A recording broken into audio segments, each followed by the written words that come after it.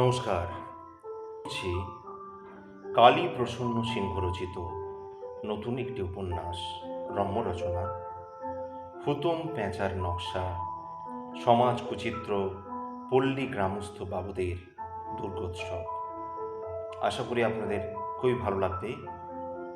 ভালো লাগলে অবশ্যই চ্যানেলটিকে সাবস্ক্রাইব করবার এবং অনেক অনেক লাইক, কমেন্ট, শেয়ার করবার অনুরোধ রইল।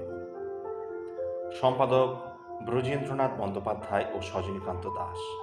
হুতুম পেঁচার নকশা, সমাজ কুচিত্র ও পল্লী গ্রামস্থ বাবুদের দুর্গোৎসব। রচনা কালীপ্রসন্ন সিংহ।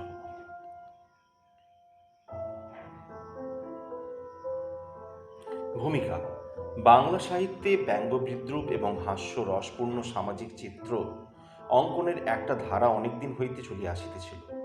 গদ্যে তাহার প্রথম প্রকাশ 1821 খ্রিস্টাব্দে সাপ্তাহিক সমাচারপত্র সমাচার দর্পণে প্রকাশিত বাবুর উপাখ্যানে সংবাদপত্রে সেকালের কথা প্রথম খণ্ড দ্রষ্টব্য।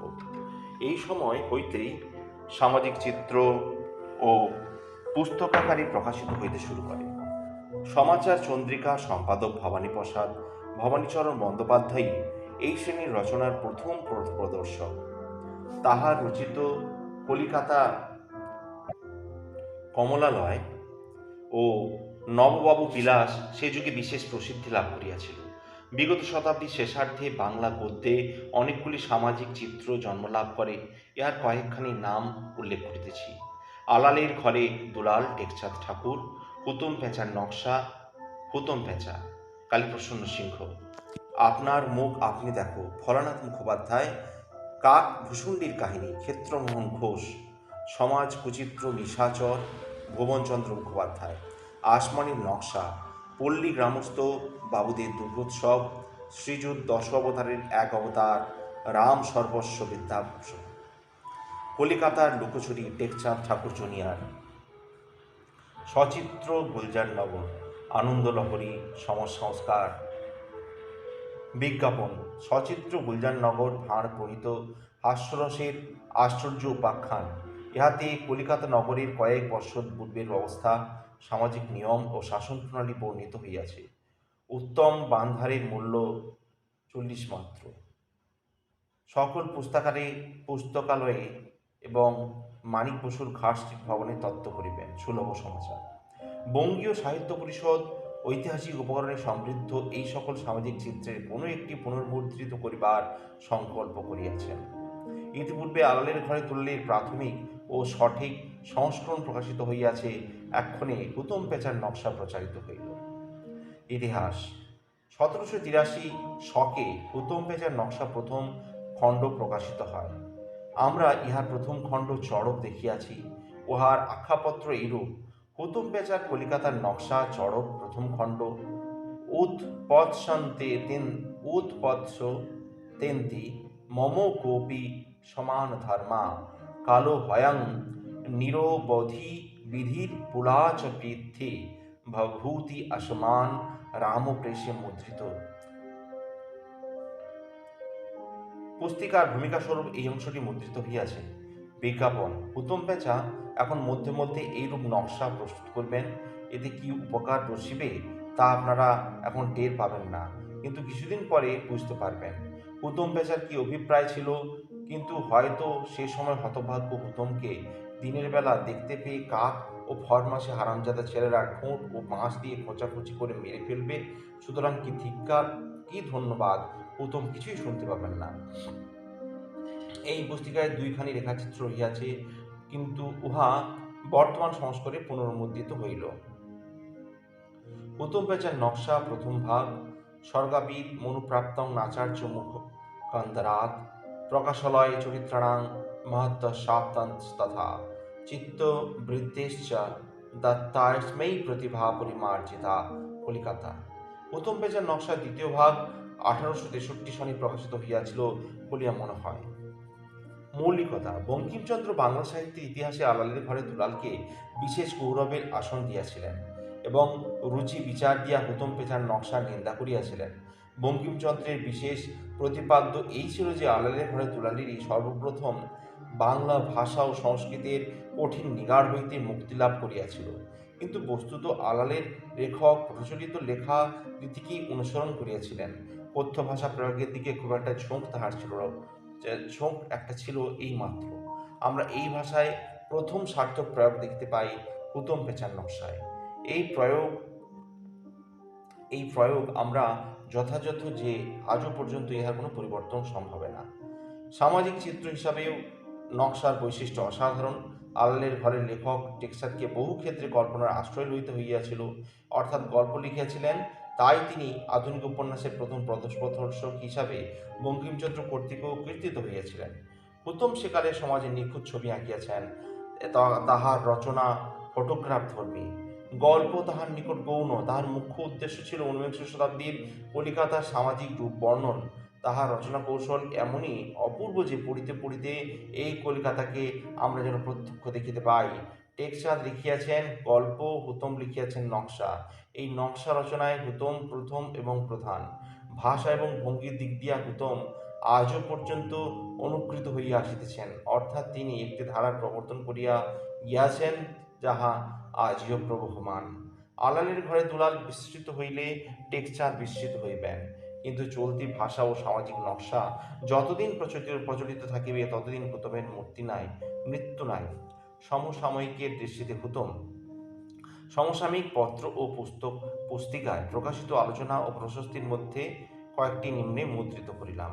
পণ্ডিত দ্বারকানাথ বিদ্যাভূষণ সম্পাদিত সোমনাথ সোম প্রকাশ পত্রে লেখেন, ইহাতে আমাদিগের সমাজের বর্তমান অবস্থা সবিস্তর বর্ণিত হইয়াছে। কালীপ্রসন্নের মৃত্যুর পর কয়েক বৎসর সাহিত্য সম্রাট বঙ্কিমচন্দ্র এই অভিমত প্রকাশ করিয়াছেন। Kaliprasanna Singh or Hutam was one of the most successful writers in the cycle style first introduced by Tekchand. In early youth, he made several translations from the Sanskrit, and in particular, he is the author of the translation of the Mahabharata, which is regarded as the greatest literary work of his age, but it is not as a translator that he is known to fame and familiar to almost every Bengali, but as the author of Hutam Pesha, a collection of sketches of city life, something after the manner of Dickens, sketches by Bose, in which the follies and particularities of all the classes and not seldom of men actually living are described in a racy, vigorous language, not seldom disfigured by obscenity. Bengali Literature, the Calcutta Review for 1871, Akshaychandra সরকার বঙ্গভাষার লেখক গ্রন্থে মুদ্রিত পিতা পুত্র প্রবন্ধে লিখিয়াছেন, কঠোরদশায় আর একখানি পুস্তকে আমাকে আলোড়িত করিয়াছিল, আনন্দও পাইয়াছিলাম। সেখানে কালীপ্রসন্ন সিংহের হুতম প্যাঁচার নকশা। আলালের ঘরে দুলালেও অনেক স্থানে নকশা বা ফটো তুলিবার চেষ্টা আছে বটে, কিন্তু তাহাতে পল্লী সমাজের চিত্র তেমন পরিস্ফুট হইয়াছে, কলিকাতার অলিগলির নকশা তেমন ফুটন্ত হয় নাই। তেপায়া উচ্চ টুলের ওপর কাঁচের বাক্স বসাইয়া 2 পয়সা দাও, 2 চক্ষু দিয়া দেখো বলিয়া তেমন মেলার মধ্যে নানাবিধ ফটো দেখায়। অপূর্ব ভাষার গাঁথনিতে সেইরূপে কলিকাতার নানাবিধ নকশা তুলিয়া পেঁচা দেখাইতে লাগিল ও ফুলো গাল টিপিয়া বলিতে লাগিল, ইয়ে রাজবাড়ি কি নকশা হ্যায়, বড় জমাদার হ্যায়, ইয়ে শোভাবাজার কি গাজন, বড় তামাশা হ্যায়, ইয়ে হাইকোর্ট কা বিচার আজব তজ্জব হ্যায়। আমরা তখন নিতান্ত বালক, তাহার ভাষার ভঙ্গিতে রচনার রঙ্গেতে একবারে মোহিত হইয়া গেলাম। মনে করিলাম আমাদের বাংলা ভাষাতে আজি বাজি খেলানো যায়, তুবড়ি ফোটানো যায়, ফুল ফোটানো যায়, ফোয়ারা ছোটানো যায়। মনে করিলাম আমাদের মাতৃভাষা সর্বাঙ্গে রঙ্গময়ী। আচার্য কৃষ্ণকমল ভট্টাচার্য কালীপ্রসন্নে সমবয়স্ক ছিলেন। 15-16 বৎসর বয়সে কালীপ্রসন্নের সহিত তার প্রথম আলাপ হয়। তিনি কালীপ্রসন্ন প্রতিষ্ঠিত বিদ্যুৎ সাহিনী সভার সভ্য ছিলেন এবং সভায় বাংলা প্রবন্ধাদিও পাঠ করিয়াছেন। কমল তাহাকে স্মৃতিকথায় হুতম পেঁচার নকশা সম্বন্ধে এরূপ বলিয়াছেন, হুতম পেঁচার মধ্যে যথেষ্ট লোকজ্ঞতা, হাসি পরিহাস, রসিকতা প্রকাশিত হইয়াছে। অনেক স্থলেই তখনকার ব্যক্তিবিশেষের প্রতি কটাক্ষপাত রহিয়াছে। পাথুরিয়া ঘাটায় কখনো ধনী প্রবীণ বয়সে, কখনো নিজের জন্মতিথি উৎসব উপলক্ষে স্বর্ণালঙ্কারে ভূষিত হইয়া গিয়াছেন। কালীপ্রসন্নের বিরূপ বিদ্রুপ বিদ্রুপ বাণ তাহার উপর বর্ষিত হইলে নকশায় পাথুরিয়া ঘাটা, নুড়ি ঘাটার দেখিতে পাওয়া ইত্যাদি নিপুণ হস্তে চিত্রিত করিয়াছেন। ইংরেজরা ঠাট্টা প্রসঙ্গে তাহাকে আরই বলে, অর্থাৎ সে যে সকল সামান্য লোক ইয়ার্কির উপলক্ষে বেইখতার হইয়া নানা প্রকার বাদরামি করিয়া থাকে, সস্তায় আমোদ করিবার চেষ্টা করে, নকশায় সেই প্রভৃতির লোকদিগের প্রতি তীব্র কটাক্ষপাত দেখিতে পাওয়া যায়। এখনও বঙ্গ সমাজে এইরূপ লোক দেখিতে পাইবে। স্যাটায়ার হিসাবে হুতম পচাকে খুব একটা ইফেক্টিভ হইয়াছিল তাহা বোধ হয় না, but as an early specimen of that type of writing it deserves not to be forgotten. এবং রুচি হিসাবে হুতম পেচার ঈশ্বর গুপ্তের ও গুড়গুড়ে ভট্টাচার্যের লেখার চেয়ে অনেক অংশে শ্রেষ্ঠতর। পুরাতন প্রসঙ্গ প্রথম পর্যায়। মহামহোপাধ্যায় হরিপ্রসাদ শাস্ত্রী 1287 সালের ফাল্গুন সংখ্যা বঙ্গদর্শনে প্রকাশিত বাংলা সাহিত্যে প্রবন্ধে হুতম প্যাঁচার নকশা সম্বন্ধে এরূপ মন্তব্য করিয়াছেন। হুতম প্যাঁচাও এই পরিবর্তনের সময়ের একটি মাহার্ঘ রত্ন। ইহাতে তৎকালীন সমাজের অতি সুন্দর চিত্র আছে। হুতমের ভাষায় প্রবর্তক এবং বহু সংখ্যক হুতমি পুস্তকের আদিপুরুষ বোধহয় এই মৌলিকতায় তৎকালীন সমস্ত পুরুষের শিরস্থানীয়। এ প্রসঙ্গে সাহিত্যরসিক প্রমথ চৌধুরীর অভিমত উদ্ধৃত করিলে নিতান্ত অপ্রাসঙ্গিক হইবে না। তিনি লিখিয়াছেন, হুতম প্যাঁচার নকশা হচ্ছে তখনকার সমাজের আগাগোড়া বিদ্রুপ এবং অতি চমৎকার লেখা। সে বই সেকালের কলিকাতা শহরের চলতি ভাষায় লেখা। এরকম চতুর গ্রন্থ বাংলা সাহিত্যে দ্বিতীয় আরেকটি নাই। যারা এই পুস্তক পড়েননি তাদের তা পড়তে অনুরোধ করি। গ্রন্থকারের জীবনী। 1840 খ্রিস্টাব্দের প্রারম্ভে কলকাতার এক ধনী জমিদার বংশে কালীপ্রসন্ন সিংহের জন্ম হয়। বঙ্কিমচন্দ্রের 2 বৎসর পরে জন্মগ্রহণ করিয়া 1870 খ্রিস্টাব্দের 24 জুলাই মাত্র 30 বৎসরে বয়সে তিনি পরলোক গমন করেন। বঙ্কিমচন্দ্র তখন ললিতা ও মানসের কার্যবিলাস ও বৈদেশিক বাণী সাধনা ত্যাগ করিয়া মাত্র দুর্গেশ নন্দিনী ও কপালকুণ্ডলা ও মৃণালিনী নামক রচনা শেষ করিয়াছেন। কিন্তু কালীপ্রসন্ন সেই অল্পকালের জীবনেই রাষ্ট্রে, সমাজে ও সাহিত্যে এমন সকল কীর্তি স্থাপন করিতে সক্ষম হইয়াছেন, যাহার আলোচনা ও বিবৃতি এই যুগেও আমাদের অপরিসীম বিস্ময়ের উদ্রেক করে। তাহার বিচিত্র জীবনকথা বঙ্গীয় সাহিত্য পরিষদ কর্তৃক প্রকাশিত সাহিত্য সাধক চরিতমালা প্রথম গ্রন্থ কালীপ্রসন্ন সিংহেতে বিবৃত হইয়াছে। বর্তমান সংস্করণের পাঠ। গ্রন্থকারের জীবদ্দশায় হুতম প্যাঁচার নকশা প্রথম ভাগের আরেকটি সংস্করণ হয় 15 অক্টোবর 1868 খ্রিস্টাব্দে। সঙ্গে সঙ্গে প্রথম ভাগ ও দ্বিতীয় ভাগ একত্রে বাঁধাইয়া প্রচারের ব্যবস্থাও হইয়াছিল। দ্বিতীয় সংস্করণের হুতমে বহু পরিবর্তন পরিলক্ষিত হয়।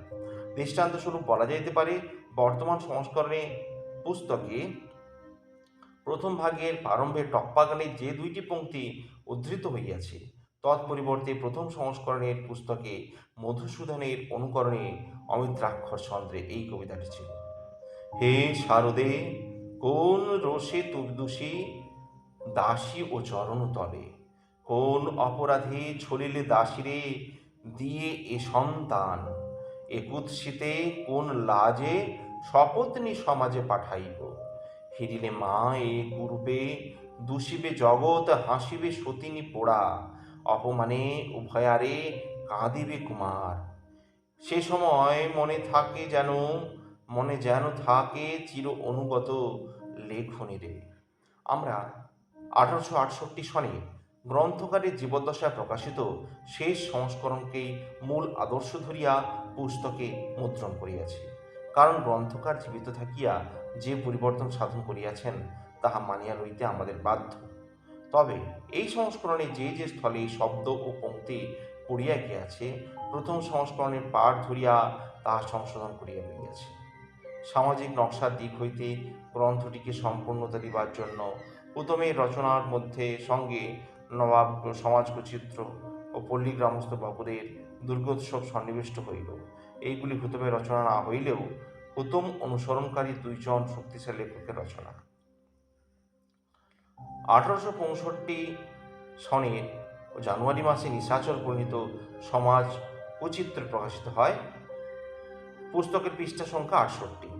The Evils of Our Society in Bengali for drawing attention of the young Bengalis over their mother countries by a midnight traveler published by B. Mook, Pen and Company.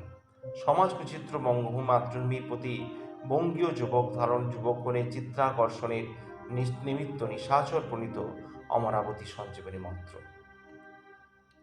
প্রথম সংস্করণ প্রকাশের 23 বছর পরে 1889 সনের জানুয়ারি মাসে এই পুস্তক পুনর্মুদ্রিত হয়।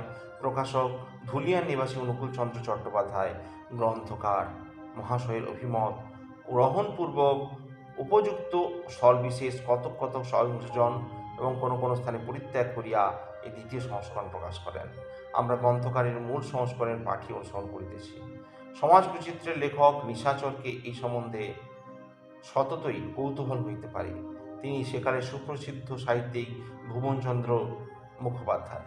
উল্লিখিত অনুকূলচন্দ্র চট্টোপাধ্যায় তাহার জামাতা সেকালের সাব রেজিস্ট্রার এবং রেজিস্ট্রারি দর্পণ প্রভৃতি গ্রন্থ প্রণেতা। সামাজিক বৈচিত্র্যের আখ্যাপত্রে আছে published by B Mook, pen and company.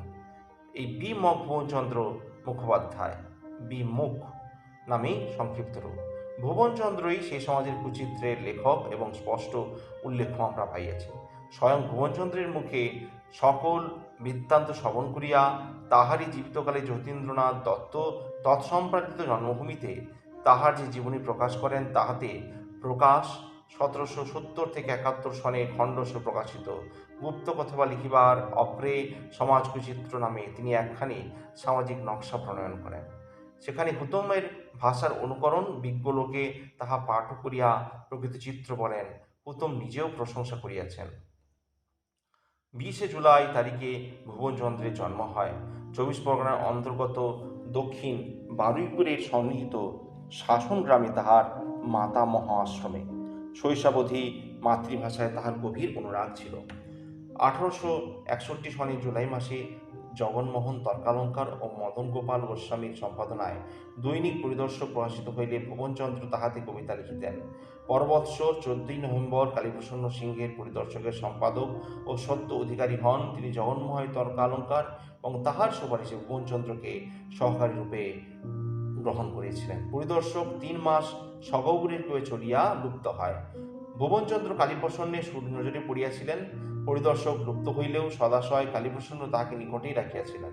এই সময়ে দ্বারকানাথ বিদ্যাভূষণ সোমপ্রকাশের জন্য একজন যোগ্য সহকারী সন্ধান করিতেছিলেন। ভুবনচন্দ্র সেই পদে প্রার্থী হন। 1.5 বছর সোমপ্রকাশের সম্পাদকীয় বিভাগে কার্য করিবার পর তিনি রামচন্দ্র গুপ্তের জীবনী অধীনে সংবাদ প্রভাকরের সহকারী সম্পাদক হন এবং সেই পদে সুদীর্ঘ 22 বছর নিযুক্ত ছিলেন। সংবাদ প্রভাকরের কার্যকালে তিনি 2খানি মাসিক পত্র পরিচালনা করিয়াছিলেন। উহার একখানি অগ্রহায়ণ মাসে প্রকাশিত রহস্য পত্রিকা বিদূষক, অপরখানি নভেম্বর 1873 সনে প্রকাশিত পূর্ণ শশী সাপ্তাহিক বসুমিত্র এরপর প্রকাশিত হইলে প্রতিষ্ঠাতা উপেন্দ্রনাথ মুখোপাধ্যায় আগ্রহে ভুবনচন্দ্র সম্পাদকীয় বিভাগে যোগদান করিতে স্বীকৃত হন। তাহার লিখিত অনেক গ্রন্থ বসুমতী কার্যালয় হইতে প্রকাশিত হইয়াছিল। তাহার বহু গ্রন্থ রচনা, কবিতা, গ্রন্থ, গল্প জন্মভূমিতে প্রকাশিত হইয়াছে। ইহার 11 ভাগের প্রথম কয়েক সংখ্যায় সম্পাদক রূপে তাহার নাম বেঙ্গল লাইব্রেরির তালিকায় মুদ্রিত হইয়াছে। জন্মভূমি দত্ত পরিবারের সহিত তাহার অকৃত্রিম সৌহার্দ্য ছিল। গঙ্গা স্নানের সুবিধা হইবে বলিয়া 1300 সাল হইতে তাহার মৃত্যু 2 মাস পর্যন্ত তিনি দত্ত পরিবারেই অবস্থান করিয়াছিলেন। প্রৌঢ় অবস্থার পূর্বেই তাহার পত্নী বিয়োগ হইয়াছিল। ভুবনচন্দ্রের গল্পের গ্রন্থের সংখ্যা বড় অল্প নহে। তিনি কাব্য, উপন্যাস, সামাজিক নকশা, প্রহসন, ইতিহাস, জীবনী, ভ্রমণ কাহিনী, এক কথায় বাংলা সাহিত্যের সকল বিভাগেই গ্রন্থ রচনা করিয়া গিয়াছেন। তাহাকে দ্বিতীয় রাজকৃষ্ণ রায় বলা যায়।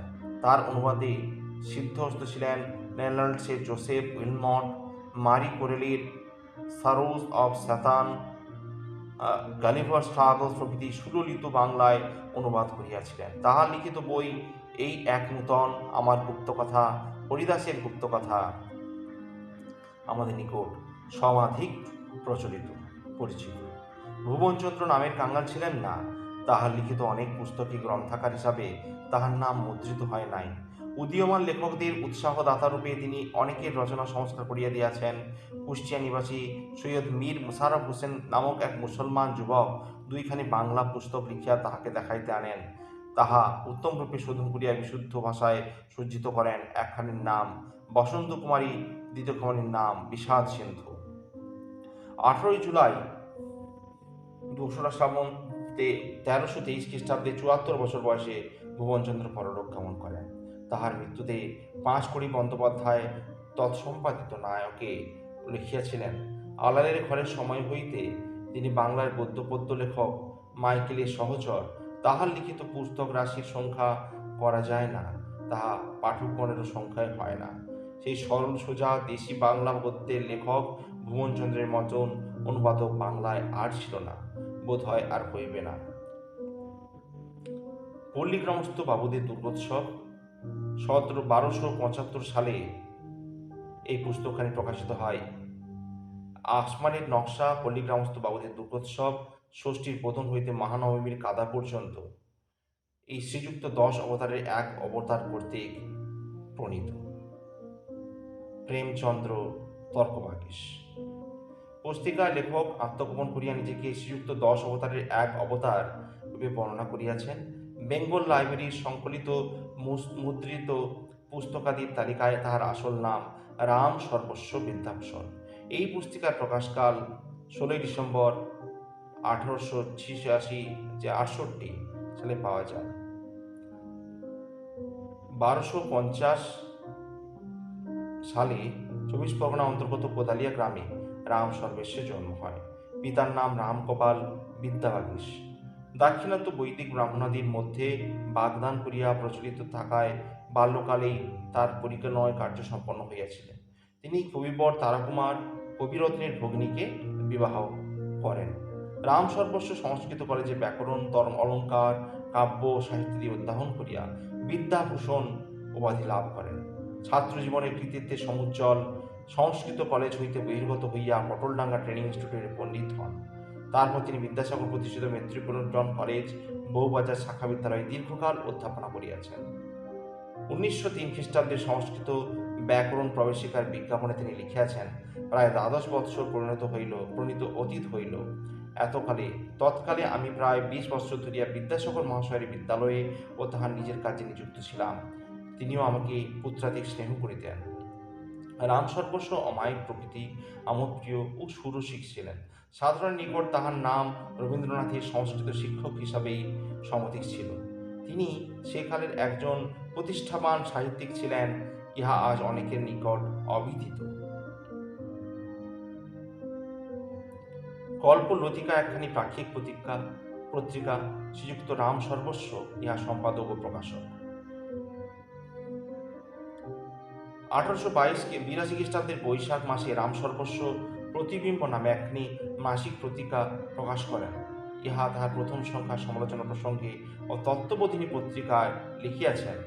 প্রতিবিম্ব, সাহিত্য দর্পণ, ইতিহাস, শিল্প, পুরাবৃত্ত, বার্তাশাস্ত্র, জীবনবৃত্ত, শব্দশাস্ত্র ও সঙ্গীতাদি বিষয়ক মাসিক পত্রিকা ও সমালোচনা।